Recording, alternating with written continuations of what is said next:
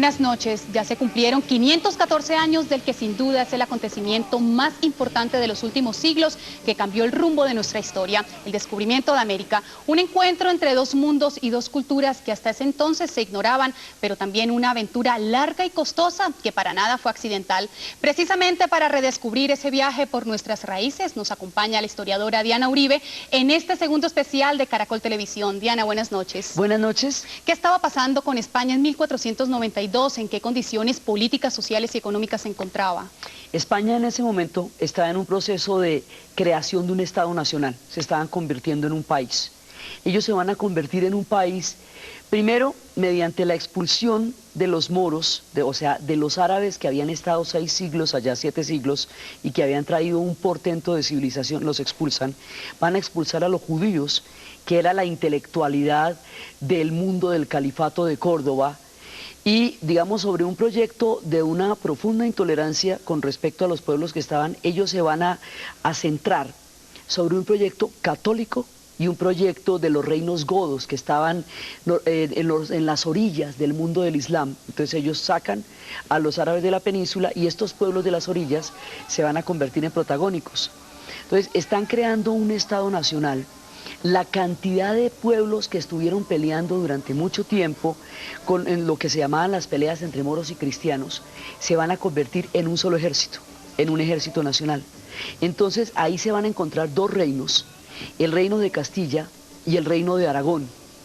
Esos reinos era Isabel en Castilla y Fernando en Aragón.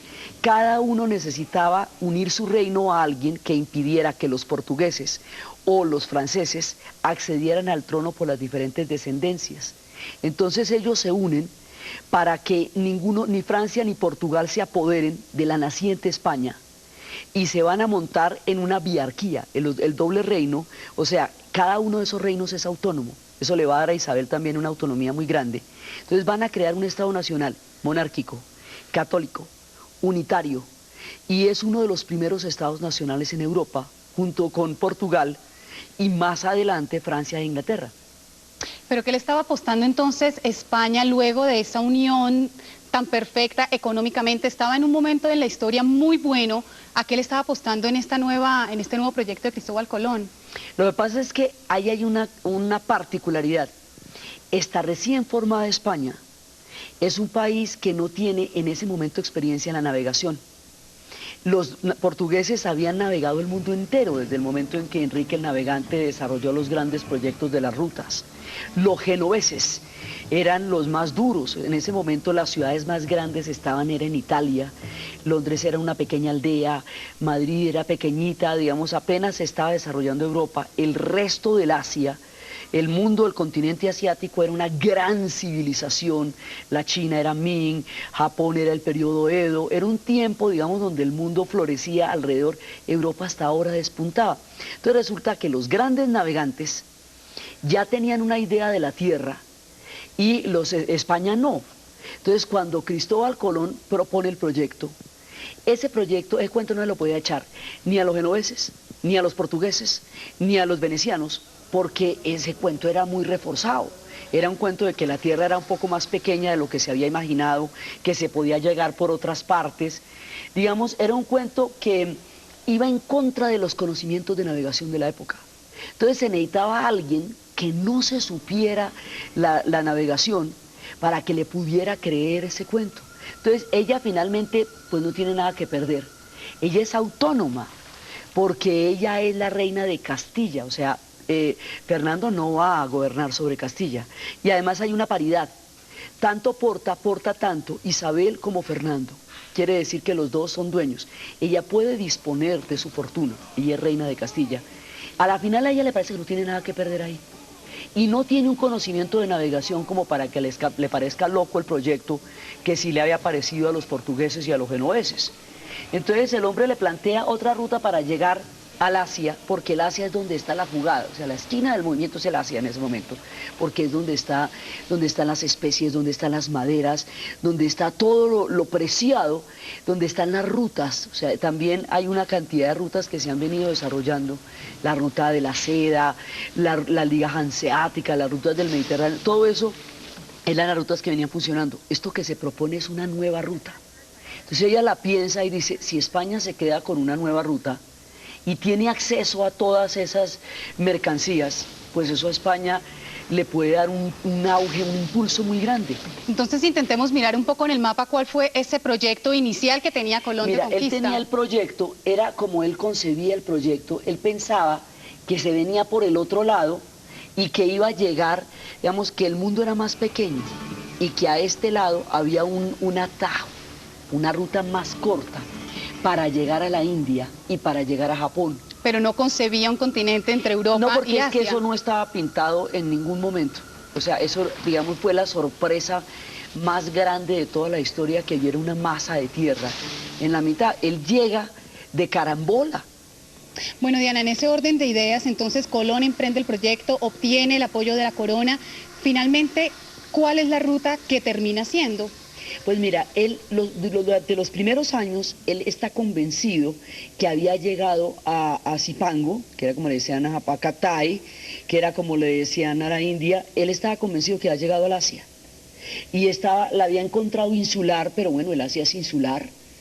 Él dura mucho tiempo pensando en eso, solamente después, cuando Américo Vespucio va a delinear. Pero mira, tú ponte a imaginar, si uno llega a Santo Domingo, y si uno llega a Cuba, y si uno llega a Panamá y llega al Darién, ¿cómo desde este estrecho y desde la insularidad del Caribe se va uno a imaginar que llegó a la América del Sur? Siempre América desbordó las utopías y las fantasías de los europeos, porque siempre resultó infinitamente más variada y más rica de lo que ellos se imaginaron desde nuestra misma existencia. Entonces por eso solamente hasta cuando Américo Vespucio recorre todo esto, que se dan cuenta que se pillaron fue un continente, mejor dicho, que lo que se encontraron fue una cosa impresionante que no cabía ni en la imaginación ni en las rutas de la navegación de la época. Por eso el continente se termina llamando América, porque el que se lo pilla es Américo Vespucio. Colón llega con su proyecto y su proyecto le resultó una carambola histórica de las más impresionantes. Bueno, Diana, pues vamos a hacer una primera pausa para comerciales, pero al regreso vamos a ver con qué se encontró Cristóbal Colón, este nuevo mundo, quiénes eran. Ya nos vemos.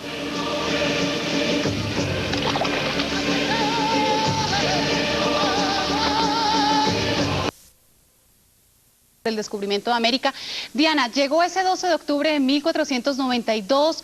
Cristóbal Colón descubrió un nuevo continente. ¿Con qué se encuentra? ¿Qué estaba pasando en este lado del mundo? Aquí hay un mundo indígena, tenaz, poderoso. En la parte norte están los pueblos del bisonte, los pueblos del castor, los pueblos del lagarto, los pueblos en las rocallosas, los pueblos de las laderas. En el sur, en el centro están las grandes civilizaciones de los aztecas, los primeros mayas ya habían desaparecido. En el Caribe están los taínos y están los pueblos de los indígenas del Caribe. En el sur están los incas, el gran imperio inca. Entre nosotros ya había desaparecido el mundo de San Agustín.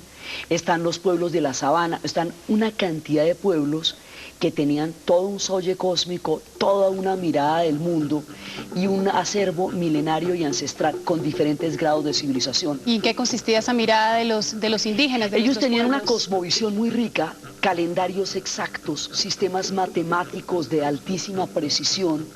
Ellos tenían un concepto de propiedad colectiva de la tierra, que era, digamos, el caso de los incas. Tenían un concepto de la divinidad completamente armónico, con todo su sistema ecológico. Tenían un conocimiento precioso y valioso de lo que eran los animales, de lo que eran las especias, de lo que era la selva, de lo que eran los ríos. Tenían otro tipo de conocimiento, un conocimiento distinto, pero absolutamente poderoso de lo que era este mundo y esta tierra. ¿Tenía Colón alguna idea de lo que se encontró? Ellos primero no se la imaginaban, porque nosotros no somos concebibles. Aún ahora, tampoco nos la tienen muy bien pillada como es que somos. Pero en esa época, hay un texto de García Márquez que habla de Antonio Pigafetta, navegante florentino, de cuando describía uno de los viajes de Magallanes y decía que esto era una cosa llena de fantasía para ellos. Ellos vienen con un proyecto teológico en la cabeza. Ellos vienen con un proyecto misionero y con un proyecto de la corona. Ellos vienen con un Dios único que acaba de expulsar a todas las demás concepciones religiosas que había en ese momento. Entonces ellos no pueden entender, no pueden codificar dentro de su estructura el mundo que están viendo, no tienen ni siquiera cómo denominarlo, cómo llamarlo. Entonces es un grado de asombro, pero también ahí se está formando un concepto que se llama el eurocentrismo, que es que, digamos, los europeos conciben una única forma de conocimiento y el que no codifica en eso, pues es lo que ellos consideran bárbaro, un monte que llaman, sí, o sea, es una manera de codificar que hay un solo tipo de conocimiento, por eso hago tanto énfasis, que hay un solo tipo de conocimiento que es el que ellos poseen y los que no tienen ese tipo de conocimiento no son civilizaciones. Ya Europa está empezando a desarrollar ese concepto y esa es la base del colonialismo. Es la base conceptual del colonialismo, ¿no? ¿Y cuál es la diferencia con nuestro proyecto? El proyecto que traían ellos y el proyecto que en ese momento se estaba desarrollando en el continente. Es un proyecto de conquista el que ellos traen y es un proyecto extractivo, es un proyecto para extraer riquezas y oros, para regresar a la corona y para engrandecerse y engrandecer la corona. Es un proyecto de saqueo, porque el colonialismo básicamente, o sea, eso se va a montar después, pero básicamente el colonialismo es sacrificar la producción de un pueblo o un continente en beneficio de una metrópoli. Ese es el proyecto de conquistar nuevas tierras y eso incluía la gente de esas nuevas tierras, pero también es un proyecto de evangelización. Entonces el desconocimiento de todo el universo sagrado indígena y el sometimiento de ese universo sagrado al esquema religioso que traían los españoles fue un choque muy violento entre culturas. Diana, ¿y por qué ese primer encuentro entre los indígenas, Cristóbal Colón y toda su tripulación fue pacífico inicialmente y posteriormente llegó a ser una relación casi de esclavitud? Pues al principio es el asombro. Es la llegada, es una travesía gigantesca hacia lo desconocido. Ahí esta gente llega deshidratada, llega pasadísima, lleva mucho tiempo en ultramar, ya han viajado a un destino completamente insólito, entonces pues llegan casi náufragos. Los indígenas empiezan como a darle agüita, ¿cierto? Como a tratar de revivirlo. Lo mismo cuando van a llegar un siglo después los peregrinos del Mayflower a los Estados Unidos, también ese primer encuentro va a ser un encuentro muy amable. Pero después cuando empiezan a pillarse la riqueza y empiezan a buscar el oro, empiezan a encontrar las formas de someter a los pueblos indios para poder extraer el oro. Básicamente la manera como los van a someter es aprovechando las divisiones internas que tienen y a través de esas divisiones debilitarlos. Bueno, Diana, y la posterior llegada de los ingleses, de los portugueses, ¿por qué tardó tanto? ¿Un siglo después? Bueno, los portugueses son los primeros de todo, pero ellos van a llegar más tarde, pero duran tanto tiempo porque es que resulta que Inglaterra y Francia se desgarraron, y Holanda, se desgarran en las guerras religiosas, en las guerras de la Reforma. Cuando empieza la Reforma protestante, y se rompe el continente europeo, entonces ellos van a gastar mucho tiempo matándose por la religión. Los españoles no, porque los españoles ya la tenían clara. Lo primero que hicieron fue un proyecto teológico monárquico alrededor de Dios y los reyes. Entonces ellos no tenían ninguna duda de cuál era su fe. Los otros entran en ese tropel en que se van a meter entre católicos y protestantes. Eso les retarda un siglo la posibilidad de emprender las colonizaciones. Diana, ¿y por qué esa diferencia tan abrupta de la colonización del norte con la del sur? Porque ahí está el proyecto religioso, ahí es donde está la jugada. Mire, pasa lo siguiente, en el sur la idea es extraer el oro, llegar a España, convertirse en un hidalgo y engrandecer la corona. Pero es una relación con la corona española. Mientras que en el otro, a partir de las guerras religiosas, hay gente que dice que Europa no tiene caso, que Europa ya es un continente devorado por los odios y los fanatismos religiosos. Cogen un barco para no regresar nunca, para definitivamente quemar naves y dejar todo atrás. Esos son los padres peregrinos del Mayflower. Ahí van familias enteras. Al ir familias, ellos no necesitan entrar en contacto sexual con la gente del continente, mientras que los españoles sí. Los españoles viajan solos, por un lado, y ellos van a engrandecerse, entran en contacto con las indígenas, y en el caso de los portugueses son muy poquitos, siempre han sido pocos. Entonces ellos siempre se han mezclado con los pueblos a donde llegaban. Entonces, aquí hay un proceso de mestizaje. En el norte hay un proceso de exterminio. porque las comunidades que llegan con un destino manifiesto, se consideran enviados por el Señor, ya que también están enviados por el Señor, pero están enviados a otra cosa. Entonces los de arriba están enviados por el Señor a poseer y conquistar la tierra, y encuentran que la tierra está habitada por unos pueblos que para ellos se convierten en un obstáculo entre ellos y el cultivo de su tierra. Entonces, en un principio los reciben bien, y es lo de la acción de gracias y el Thanksgiving y todo eso, pero luego empiezan a buscar la tierra, no el oro, la tierra, o sea, el continente mismo, físico, y eso hace inviable que puedan coexistir con los pueblos indígenas norteamericanos.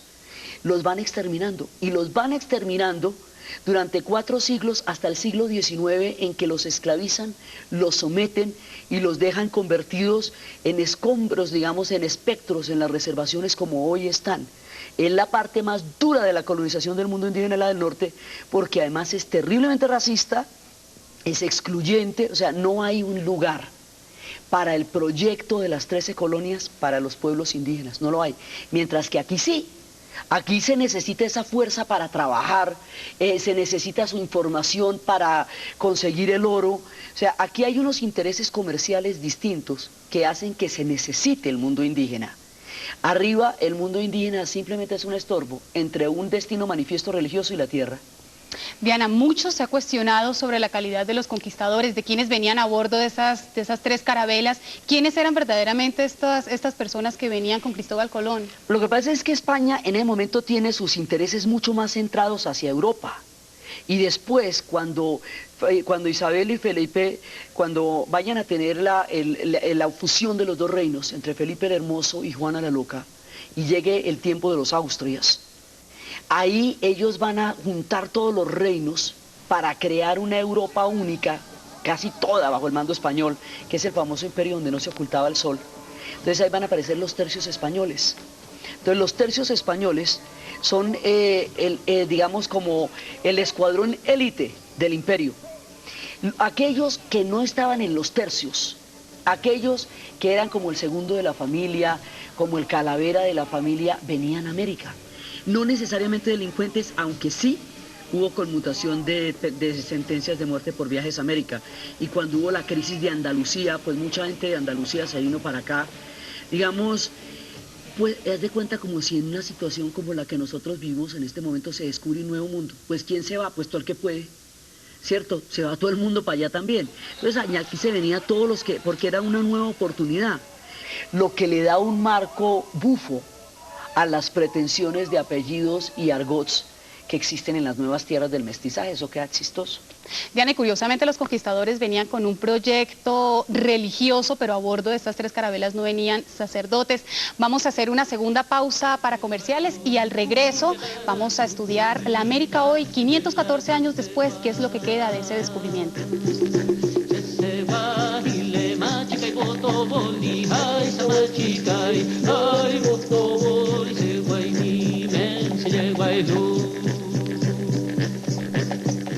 ¿Usted cree que esto no le puede pasar? Además, hace mucho tiempo que yo no sentía las manos de un hombre en mi piel. Su mala suerte fue haber nacido con fuego uterino. Cuidado, una mala decisión puede arruinar su vida. Regresa en la noche, Decisiones. Este martes, gran estreno, Está que arde. Ellos no tienen fierro, ni acero, ni armas, ni son para ello. No porque no sea gente bien dispuesta y de hermosa estatura, salvo que son muy temerosos a maravilla. Seguimos en este viaje con Diana Uribe. Diana, ¿qué momento cósmico estaba viviendo nuestro continente cuando llegan los españoles y ese choque que además pues nos deja un lastre impresionante? Pues es un momento cósmico dramático, porque imagínate que los aztecas, ellos tenían un dios que los adoraba, que era la serpiente emplumada, que era Quetzalcóatl, y habían sido hostilizados terriblemente por un dios que sentía celos de la adoración que los aztecas le tenían a él. Entonces él dijo que los abandonaba un rato, pero que él volvería a volver a estar con su pueblo de nuevo. Y esa predicción queda para el año 1 Caña. En el año 1 Caña, cuando los aztecas están esperando el retorno de Quetzalcóatl, que es una cosa muy mesiánica también, llegan los españoles y llega Cortés. Quetzalcóatl es una serpiente emplumada. Y los españoles llegan con los yelmos y llegan con las plumas. Entonces, en ese momento, los aztecas piensan que es Quetzalcóatl el que retorna y lo tratan como un dios. Y es el colonialismo el que retorna, el que va a llegar allá es otra cosa muy distinta.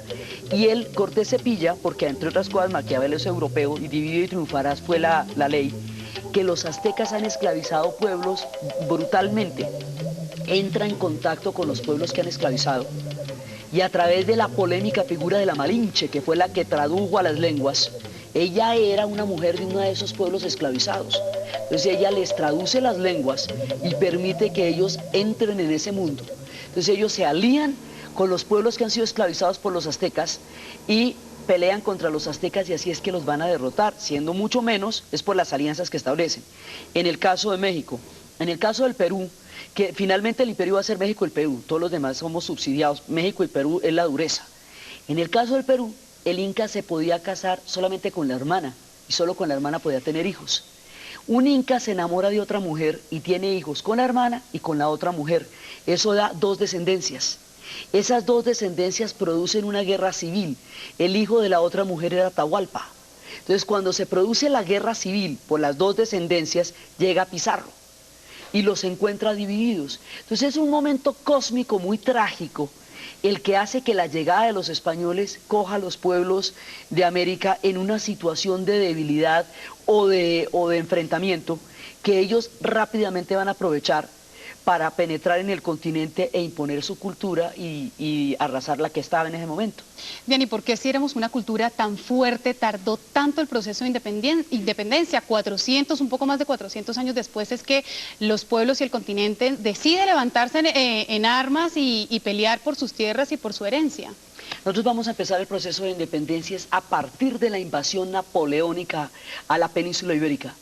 Cuando Napoleón invade España, fractura el orden, es la primera fractura que va a tener la corona española, porque la corona española se mantiene fuerte, monolítica desde que crece, desde que se hace. Cuando llega Napoleón rompe esa dureza de la corona española y los vuelve una junta, los depone, pone a su hermano de gobernante. Esas juntas y esa fractura del poder del imperio y las ideas de la ilustración que va llevando Napoleón llegan a América en forma de juntas, y esas ideas llegan con la autodeterminación de los pueblos, con los derechos humanos, con una mirada nueva del mundo. Esas ideas, la invasión napoleónica, la conciencia política de esa época, la independencia de los Estados Unidos, la Revolución Francesa, es un siglo donde se crean las ideas de lo que va a ser el Estado de Derecho. Es en ese contexto en donde viene la idea de independencia de América, porque antes la hegemonía española había sido completa y total. Durante muchísimo tiempo en el imperio que no se ocultaba el sol, no se había planteado, hasta que no llegaron las ideas que reinterpretaron el colonialismo, la idea de una independencia. ¿Qué quedó entonces hoy de América, de esa América India? ¿Qué queda hoy? Queda un mundo mestizo, o sea, nosotros somos una parte, los españoles que van a llegar acá, son pueblos donde han pasado desde los fenicios, pasando por los íberos, pasando por los celtas, pasando por los romanos, por los reinos góticos, por los árabes, pasando por toda una cantidad de pueblos. Esos que son el resultado de tantos pueblos llegan acá. Se van a encontrar con una diversidad increíble de pueblos indígenas, de toda clase de etnias y de lenguas. Se van a mezclar con ellos. Van a llegar pueblos africanos de todo el continente, de Ghana, de Mali, de Costa de Marfil, van a llegar de Angola, van a llegar de Camerún, van a llegar de toda esa zona, van a llegar Yoruba, Benin, una cantidad de pueblos de una gran diversidad del África.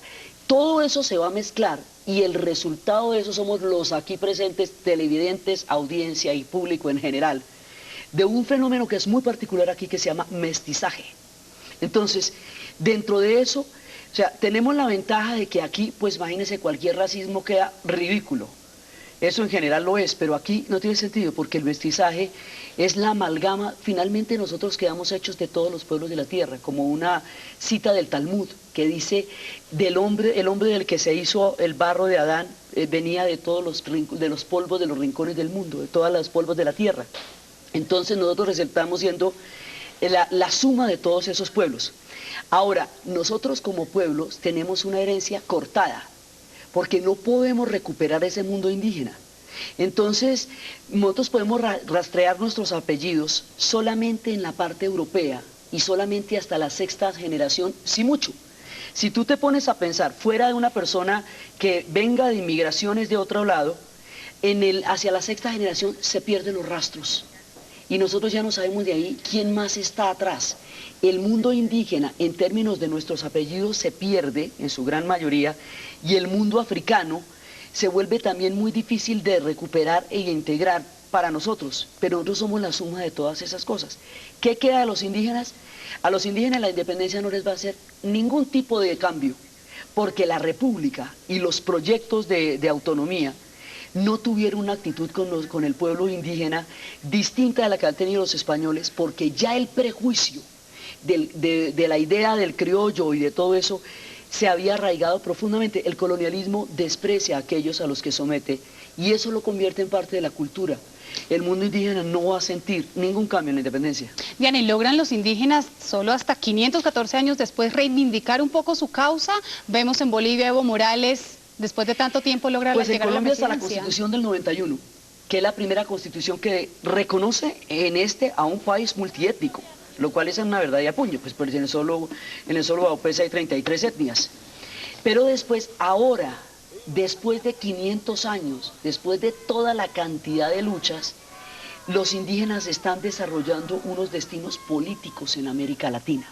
El primer gobernante indígena, desde el momento en que llegó Cristóbal, digamos, desde el momento en que el colonialismo se asentó en estas tierras, hasta ahora es Evo Morales. Eso es de una importancia capital. En Ecuador, el mundo indígena reclama un espacio político muy definido.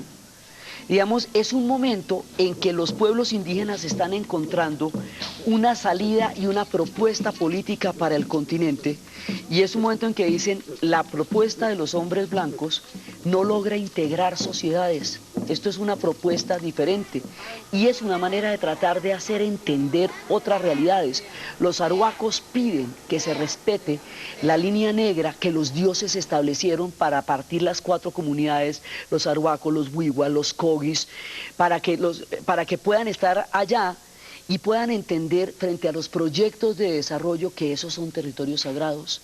La lucha de los uvas, para que no se hayan exploraciones, digamos, para hacer valer que la tierra es sagrada y que eso es parte de lo que se puede entender, de lo que se debe entender. Entre más rápido les paremos bolas, mejor, porque el efecto invernadero viene raspándonos los talones y ellos saben por qué viene. Bien, Diana, y con esa búsqueda permanente de nuestra identidad llegamos al final de este especial sobre el descubrimiento de América de Caracol Televisión. Esperen el próximo, que va a ser sobre Halloween, las brujas y el Día de los Muertos. Muchas gracias, Diana, por acompañarnos, y a todos y cada uno de ustedes también. Muy buenas noches.